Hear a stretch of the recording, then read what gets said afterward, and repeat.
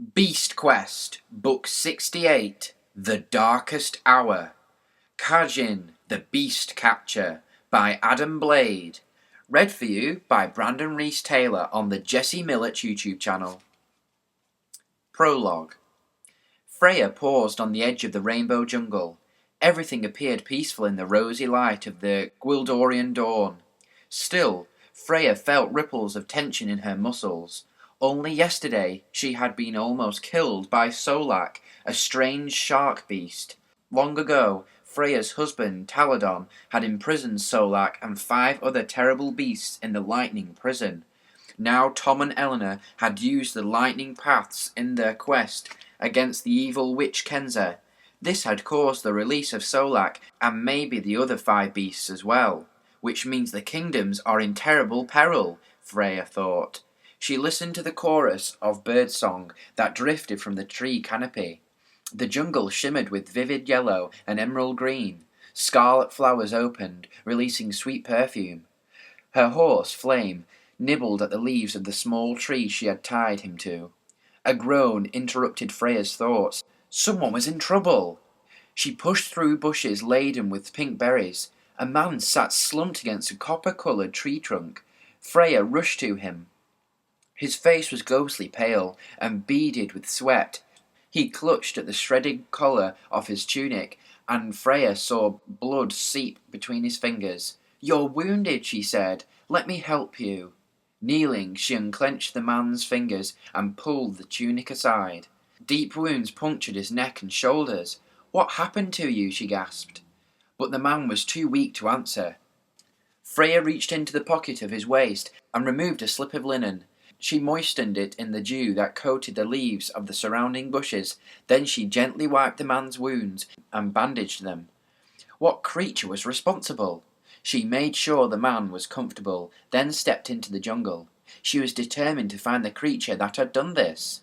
Something glimmered on the moist ground.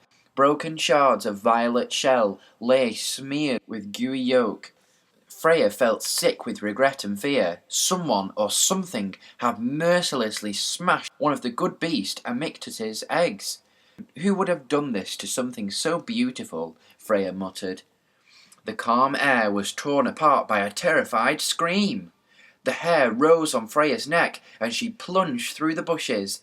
The scream grew louder, seeming to pierce Freya's skull. She burst out into the bright sunshine. Flame! Freya's horse kicked and thrashed as he was pulled backwards inside a huge net. The tree he was tied to bent under the strain. The horse's leather reins were stretched taut. "Let him go," Freya ordered. At that instant, the reins snapped. Flame crashed onto his side with his hooves pawing the air. His struggling body was still being dragged across the grass. Freya began to run. A shadow fell over her. She glanced up and staggered, flinging out an arm in protection. The beast has arrived, she realized. The creature was as tall as the trees, towering against the rising sun. His snout wrinkled back over saber-like teeth as he growled.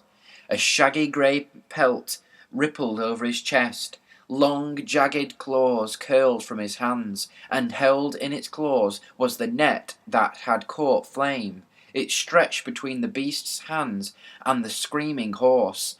Small objects like gems sparkled in the rope strands. Why would there be gems in a net? Freya wondered. Squinting at the objects, she realized that they weren't gems at all. They were the claws and teeth of long-dead animals, sparkling because they were wet with dew and Flame's blood. Freya drew her sword. She tried to cut Flame free, but the beast yanked on the net. With a triumphant roar, he seized the horse and twirled him over his head. "Let him go," Freya yelled. The beast's eyes lit up when he spotted her racing figure.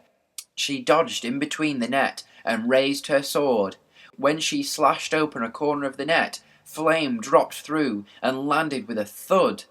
"Run, Flame!" Freya called. The stallion staggered to his feet. His eyes rolled white with panic as the beast roared and stretched out a hand. With a burst of speed, the stallion dodged clear, and he galloped away in terror. There was a moment's silence as the huge wolf man glared at Freya. The ground vibrated as he strode towards her, licking his lips. His putrid breath cast a cloud that made her gag. She tried to grip the hilt of her sword, but her arm shook and her blade wavered. The wolfman's claws swiped downwards. In that instant, Freya knew she'd have to do something she'd never done before. She needed to send a message to her son before her life ended. Tom, Tom, I need your help. Chapter 1. An Urgent Message. Tom jerked awake, images from his bad dream swirling in his head. Aduro's hands bound with a glowing chain, the severe faces of the other wizards, Aduro's lips croaking out the word guilty. I wish it really was only a dream, Tom thought as he kicked aside his blanket. But it was true. Aduro had confessed to the circle of wizards that he had used the forbidden lightning path magic to send Tom and Eleanor to Henkril. There they had defeated the beasts of that kingdom, but the evil witch Kenza had followed them back to Avantia, using the lightning path. The damage caused by her arrival had released 6 new beasts into Avantia and Gwildor. Now, Aduro was locked in a cell, punished for helping Tom on his quest to defeat Kenza. I have to fight the new beasts before I can help Aduro, Tom thought grimly. But I will help my old friend as soon as I possibly can. Tom rose stiffly to his feet, still tired from yesterday's battle against Solak, scourge of the sea. After rolling up his blanket, he straightened to look around. Eleanor and his mother slept beside the ashes of a small fire. Inland, the dawn light streamed over hills of lush grass and flowers. Tom's stallion, Storm, grazed hungrily. He had been magically sent to Gwildor the previous evening, along with Eleanor's wolf, Silver. They had been greeted with a whinny by Freya's horse, Flame. This morning Tom couldn't see Flame anywhere. Perhaps the stallion was hidden by a grove of trees. Tom turned towards the sea. Usually vast, it had shrunk to a narrow channel. Without even squinting, Tom could see the smudge of the Avantian shoreline. These kingdoms were usually separated by an ocean. Chaos had been unleashed, thanks to Tom and Eleanor's use of the lightning path, and the kingdoms had been drawn together. Tom had never encountered so much terrible magic. Even though the scene looked peaceful in the golden rays of the sun, he knew he was surrounded on every side by evil. But I will conquer this evil. I will make up for my mistakes, he thought. Tom's stomach rumbled. They would all need to eat breakfast before beginning their quest. Tom decided to collect driftwood and light a fire. He stepped around his mother's bedroll. At least he was reunited with her, so not everything was bad. If only his father was here too, then they'd be a family. Tom pushed aside his grief over Taladon's death. Although he would always miss his father, he knew he must stay focused on the quest. He stopped to pick up a piece of wood, then paused. Looking back at Freya's bedroll, he realized that there was no sign of a sleeping body beneath the blankets. Where was his mother? "Eleanor," he cried, "come quickly!" Eleanor's dark head poked out from beneath her blanket, and Silver sprang up with a growl. Leaping to her feet, Eleanor grabbed her bow. She notched an arrow and swung around, searching for the danger. "Mother's bed is empty," Tom said. Still holding an arrow ready, Eleanor scanned the shoreline where ripples washed the sand and birds sailed on the breeze. "I don't see any sign of enemies," she said at last. "Neither do I, but where could my mother have gone?" "She's probably out exercising her horse. They'll be back for breakfast. I'll roll up her bed." Eleanor lowered her bow and pointed. "Tom, look!" Poking from beneath Freya's pillow was a scrap of parchment. Tom picked it up. His fingers throbbed as he gripped it, and the scabs on his palms oozed clear fluid. He had been hurt on his last quest, and the wounds would probably leave scars. Tom couldn't even use his phoenix talon to heal them. The talon, like the others stolen in his belt and shield, had been drained of power by the mysterious wizard known as the Judge. He had made that a condition of allowing Tom a chance to save Aduro from prison. Thank goodness he'd slipped the ruby jewel into his tunic. That was one magic power he still had.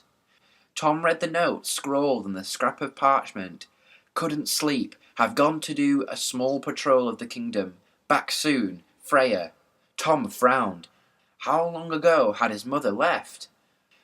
Why, pain hit him from behind his ears. He fell to his knees and clutched his temples. The parchment fluttered to the ground. Tom, what's wrong? Eleanor asked, clutching his arm. A dizziness that felt like magic surged through Tom's head. Is someone trying to send me a message? Tom wondered. Yes, it's coming from my mother. A feeling of dread filled Tom's chest. He closed his eyes and waited for the dizziness to pass. My mother is in grave danger. I can feel it, Tom said. She's desperate for help. But we don't even know where she is. Maybe Daltek's map can help us. Tom fumbled in his saddlebags and pulled out the scroll that the apprentice wizard had given him as a guide for his latest quest. Tom was still trying to decide how good a guide Daltek was. The young wizard's spells didn't always work correctly. He would need years of practice before becoming as powerful and wise as Aduro.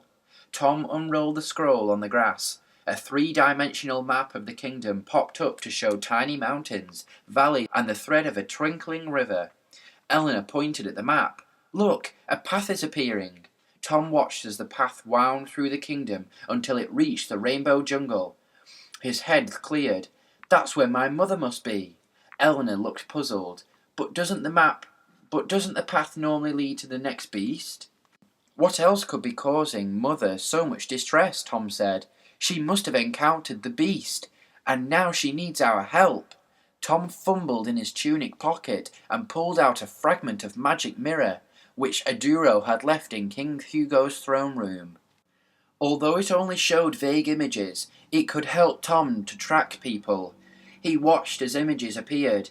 Freya's face distorted by terror, rain dripping from leaves, the flash of a parrot's wing, a huge shadow with fangs and curved claws. We must ride hard for the rainbow jungle, Tom yelled, stuffing the mirror back into his pocket and rolling up the map. He sprang onto Storm, hauling Eleanor up behind him, and touched his heels to the stallion's flanks. Tom had already lost his father on a quest. Mother, I won't lose you too.